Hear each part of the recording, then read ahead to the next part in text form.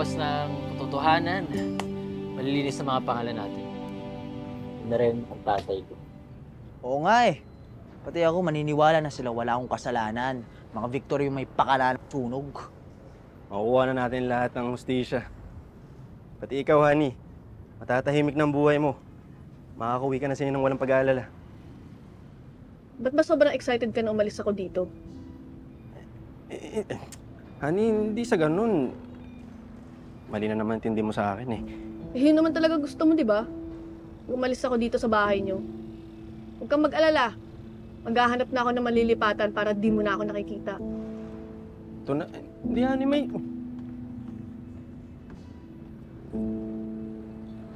Ikaw naman kasi, ba't ang kulit mo? Ilang beses na niya nga sinabi na ayaw niya pang umalis, tapos kinukulit mo pa. Ah, Oh, ako pa mali. O, sino pa ba? Ako pa. Eh di ba mas maganda yun? Makakasama ng pamilya niya. Palibasa kasi may gusto kay Honey, kaya mo siyang palisin. Ako may gusto kay Honey. Kaya ka siguro ganyan kasi selos na selos ka eh, no? Tama na, No? Sig, tama na. Tama na. Tama na. Teka lang, bakit sota ako ba? Ba't ako magselos? Ba't ka magselos? Kung naiinis ka sa sarili mo dahil sa katorpihan mo, huwag ka sa akin magalit. Hindi ko kasalanan, naduduwag ka pagdating sa babae. Sabi mo? Ha? Sabi mo! Ulitin mo! Pag-usapan natin to. Huwag muna tayo mag-away. Mga tol tayo, di ba? Sabi mo!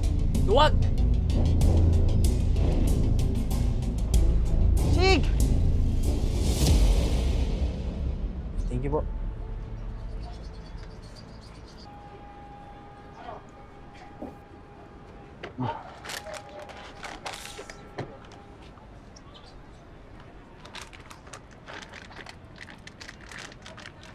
Ano ba to? Putos ba to ng pakunutan ng mukha?